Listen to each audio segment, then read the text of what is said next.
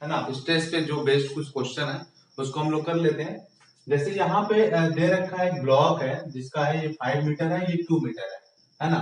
और इसकी जो हाइट है वो 3 मीटर है। और कह रहा है यहाँ पे जो फोर्स लग रहा है ये 100 न्यूटन का लग रहा है और कितने डिग्री पे लग रहा है, ये 30 डिग्री पे लग रहा है। तो पूछ रहा है आपसे कि बताइए कि लॉन्गिट्यूडिनल स्ट्रेस कितना होगा और टेंजेंशियल स्ट्रेस कितना होगा।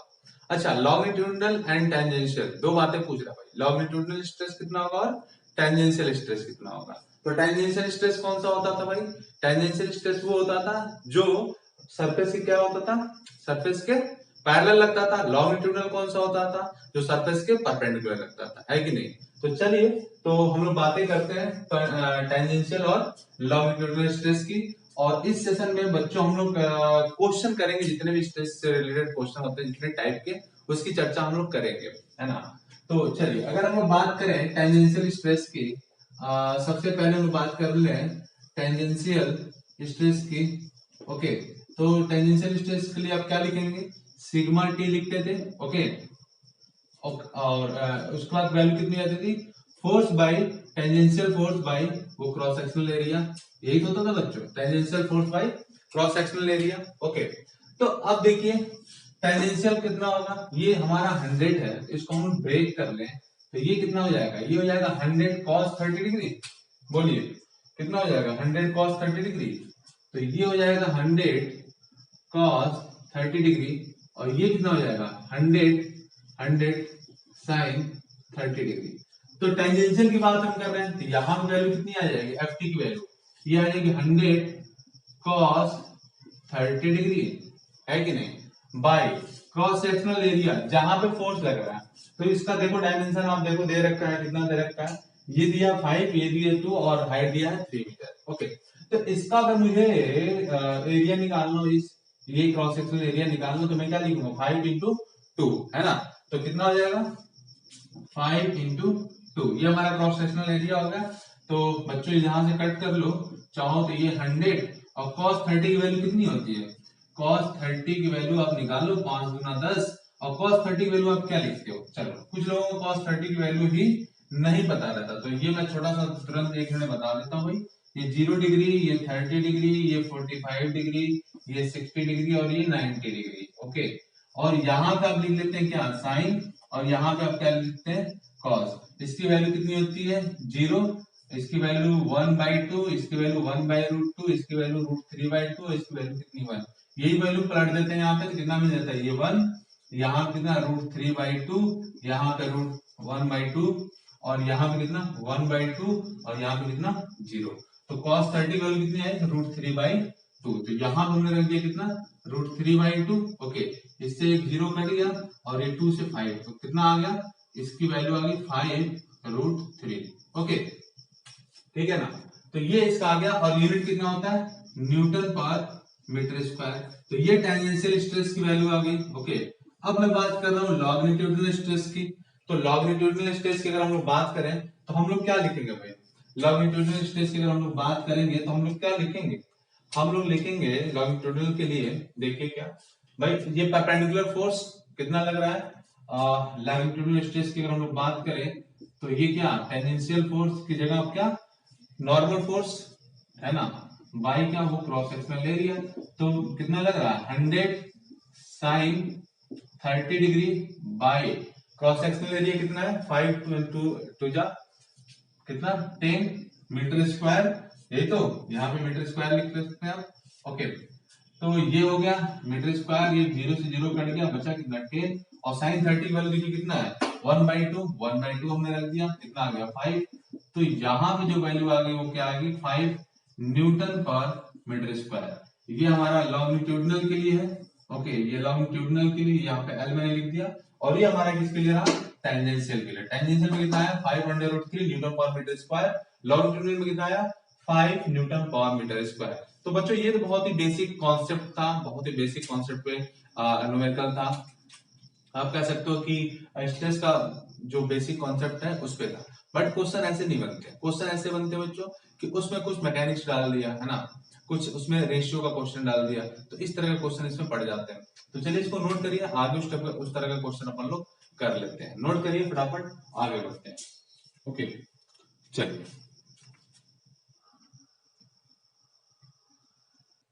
चलिए इसको मैं अब हटा देता हूं, है ना, इसको मैं हटा देता हूं बच्चों, और देखते हैं जो है दूसरा क्वेश्चन। ये तो पहला क्वेश्चन था। दूसरा क्वेश्चन देखिए बच्चों, दूसरा कॉन्सेप्ट क्या बनता है। दूसरा ये बनता है, कहता है कि दो वायर हैं जो सेम मटेरियल के बने हुए हैं। ओके, समझते हैं। कहता है कि दो वायर हैं और जो सेम मटेरियल के बने हुए हैं। दूसरा क्वेश्चन जरा देखते हैं क्या कहता है। कहता है कि दो वायर हैं, ठीक है, एक वायर ये है ना, समझिए जरा इस पे क्वेश्चन करेंगे, पहले कॉन्सेप्ट समझ लेते हैं। कहता है इसका L1 लेंथ है और इसका जो क्रॉस सेक्शनल एरिया है ये रेडियस R1 है, ठीक है, और सेम मटेरियल के बने हुए हैं, मटेरियल इनका सेम है। और दूसरा जो वायर है, ओके, वो हमारा इसका लेंथ L2 है और इसका जो रेडियस है वो क्या है, R2 है। इसका क्रॉस सेक्शनल एरिया अलग है ना। तो यहाँ पे अगर A1 की बात करें तो पाई R1 स्क्वायर, और यहाँ पे अगर मैं A2 की बात करूं तो पाई R2 स्क्वायर। ओके, कहता है कि दोनों मटेरियल सेम मटेरियल के हैं, ये सेम मटेरियल के हैं दोनों। ओके, सेम मटेरियल के हैं, ठीक है ना। और कहता है कि अगर इन पे जो फोर्सेस लग रहा है, जो फोर्स लग रहा है F, वो भी क्या है, वो सेम है।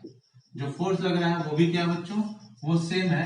तो पूछता है कि बताइए कि इनके स्ट्रेस का रेशियो कितना होगा, इनके स्ट्रेस का रेशियो कितना होगा। तो क्या मैं लिखूंगा, देखो भाई, मैं लिखूंगा क्या, स्ट्रेस इक्वल टू क्या होता है, स्ट्रेस इक्वल टू कितना, फोर्स बाय क्या, क्रॉस सेक्शनल एरिया।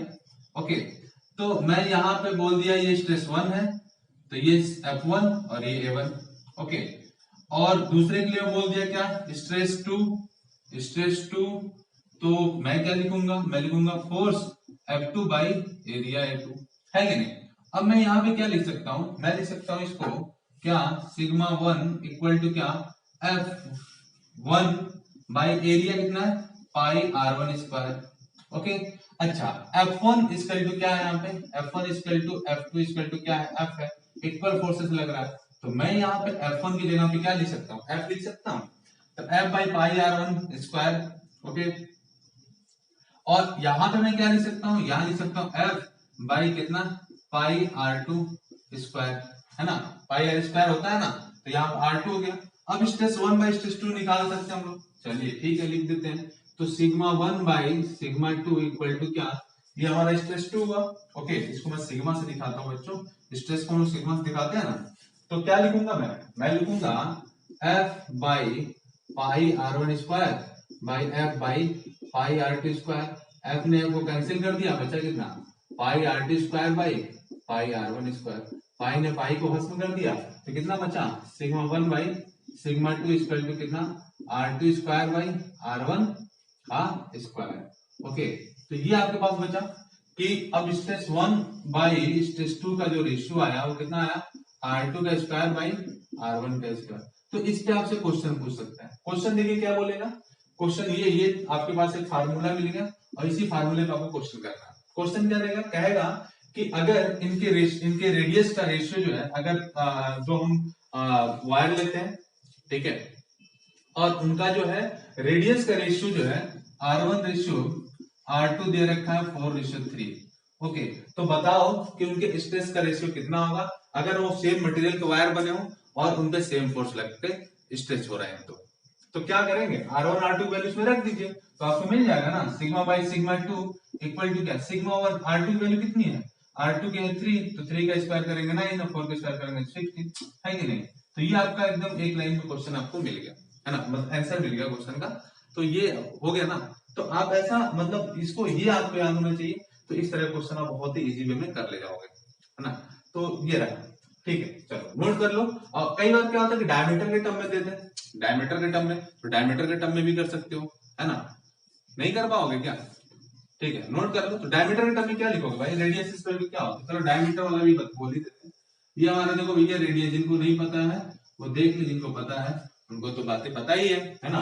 तो डायमीटर इक्वल टू कितना हो जाएगा 2r, और r इक्वल टू क्या होगा d/2। ओके, तो मैं क्या लिख सकता हूँ, मैं क्या लिख सकता हूँ यहाँ पे लिख सकता हूँ मैं sigma 1 by sigma 2 equal to कितना, R2 का मतलब क्या, d2/2 का स्क्वायर बाई d1/2 का स्क्वायर। ओके, तो 2 तो कट गया, फिर से कितना आ गया d2 square by d1 square. आप यहाँ से ये भी रेशियो निकाल सकते हो, है कि नहीं? तो ये भी आपके पास एक फार्मूला बन गया। तो आप इसको नोट कर लीजिए। आगे बढ़ते हैं नेक्स्ट कॉन्सेप्ट की तरफ, जिसमें मैकेनिक्स को इन्वॉल्व करके क्वेश्चन बनते हैं, है कि नहीं? अच्छा, है ना? तो नोट कर लो, बहुत ही आसान क्वेश्चन है, कोई बड़ा कॉन्सेप्ट अभी अपन लोग नहीं बता रहे हैं कि बहुत बड़ा कॉन्सेप्ट बता दिए, हालांकि चैप्टर ही बहुत ही छोटा है ना? तो नोट कर लीजिए। और ये दूसरा क्वेश्चन था। तीसरा क्वेश्चन की तरफ चलते हैं फटाफट। ओके, चलिए, तो ये दूसरा नंबर का क्वेश्चन था एंड आई होप दैट कि आपको चीजें समझ में आई होंगी, है ना? ओके, चलो इसको मैं हटा दूं। चलिए देखिए दूसरा क्वेश्चन क्या है। तीसरा क्वेश्चन हो गया बच्चों। तीसरा क्वेश्चन क्या कह रहा है कि एक रॉड दिया है जिसका क्रॉस सेक्शन लेके दिया है कितना 10⁻⁻6 मीटर स्क्वायर, और उसकी लेंथ कितनी दे रखी है 30 सेंटीमीटर दे रखा है। ओके, और कह रहा है कि इसका जो ब्रेकिंग स्ट्रेस है वो कितना है 4.8 इंटू 10⁻7 न्यूटन पर मीटर स्क्वायर, एंड यहाँ पे ब्लॉक अटैच है जिसकी वैल्यू दे रखा है कितना 10 kg। तो आपसे पूछा है कि find the maximum angular velocity with which it can be rotated on the circular path. Okay, तो अगर मैं बात करूं बच्चों, जब ये सर्कुलर पाथ पे मूव करेगा, है ना, तो क्या फोर्स लगेगा सेंट्रीपिटल फोर्स लगेगा, जिसकी वैल्यू कितनी हो जाएगी F C P equal to क्या एम ओमेगा स्क्वायर एल। देखो जो जो डेटा दिया रखा रहता है वही वाला अपन को फार्मूला लगाना होता है ना? तो यहाँ पे कितना हो गया, मास की वैल्यू कितनी दे रखी है, मास की वैल्यू देखो दे रखी है बच्चों कितना, मास की वैल्यू दे रखा है कितना 10 kg। ओके चलो ठीक है भाई, ओमेगा अपने को निकालना ही है, एल की वैल्यू कितना दे रखा है 30 सेंटीमीटर। तो एल इक्वल टू दे रखा है 30 सेंटीमीटर, इसको मीटर में कन्वर्ट कर ले 0.3 मीटर आ जाएगा। ओके, अब एफसीपी की बात करें, एफसीपी कैसे निकलेगा भैया, अपन लोगों को पता है क्या कि स्ट्रेस इक्वल टू क्या होता है कि force by cross sectional area. तो फोर्स कितना हो जाएगा, फोर्स सीपी इक्वल टू कितना होगा stress into cross sectional area. Stress की वैल्यू कितना दे रखा है, ब्रेकिंग स्ट्रेस दे रखा है 4.8 into 10⁻7 न्यूटन पर मीटर स्क्वायर। तो रख दीजिए वैल्यू कितना आ जाएगा 4.8 into 10⁻7, और क्रॉस सेक्शनल एरिया कितना दे रखा है 10⁻⁻6 मीटर स्क्वायर, दोनों मीटर में है तो अपने को कुछ करने की जरूरत नहीं है। ओके चलिए, तो ये था अपना क्वेश्चन। ओके, तो अब इस क्वेश्चन में अपन लोगों को क्या करना है भाई, अब इसमें वैल्यू पुट कर दें, आंसर मिल जाएगा, है कि नहीं? बोलिए, अब इसमें क्या करना है, वैल्यू पुट कर दीजिए, वैल्यू डालिए, आंसर मिलेगा आपको। तो एफ सीपी की वैल्यू कितनी हो गई 4.8 into 10⁻7, और एरिया क्रॉस सेक्शनल कितना दे रखा है 10⁻⁻6 ओके मीटर स्क्वायर। तो कितना आया आपका, आ गया कितना 4.8 into 10, ओके, या आप बोल सकते हैं 48। अब ये वैल्यू रख दीजिए यहाँ पे 48 न्यूटन जो आया वैल्यू वो रख दीजिए यहाँ पे, कितना आ जाएगा यहाँ पे आया 48 इक्वल टू एम की वैल्यू कितना 10 kg एंड ओमेगा स्क्वायर निकालना है, लेंथ वैल्यू कितना दे रखा है 0.3 मीटर। ओके ओके चलिए, अब इसका मल्टीप्लाई मैं इधर करूं तो कितना मिल जाएगा, ये 3 इंटू ओमेगा स्क्वायर और यहाँ पे कितना 48, है कि नहीं? बोलिए, तो यहाँ से ओमेगा स्क्वायर की वैल्यू कितनी आ गई, इसे कट कर दीजिए, कितना है 3 और कितना 6, तो ओमेगा स्क्वायर इक्वल टू आया कितना 16, तो ओमेगा इक्वल टू कितना आ गया 4 रेडियन पर सेकेंड। तो ये आपका मिल गया आंसर। तो इस यहाँ पे जो ओमेगा मैक्स की वैल्यू होगी कितना होगा 4 रेडियन पर सेकेंड होगा। तो इस तरह का क्वेश्चन देता है बच्चों, कई बार उसमें मैकेनिक्स इन्वॉल्व कर देगा, है ना, और फिर आपको जो है पूछेगा कि बताइए ओमेगा क्या है, जबकि सारी बातें कहां से स्टार्ट हो रही है फोर्स से, है ना, स्ट्रेस आपको दिया रहेगा, फोर्स आपसे पूछ लेगा।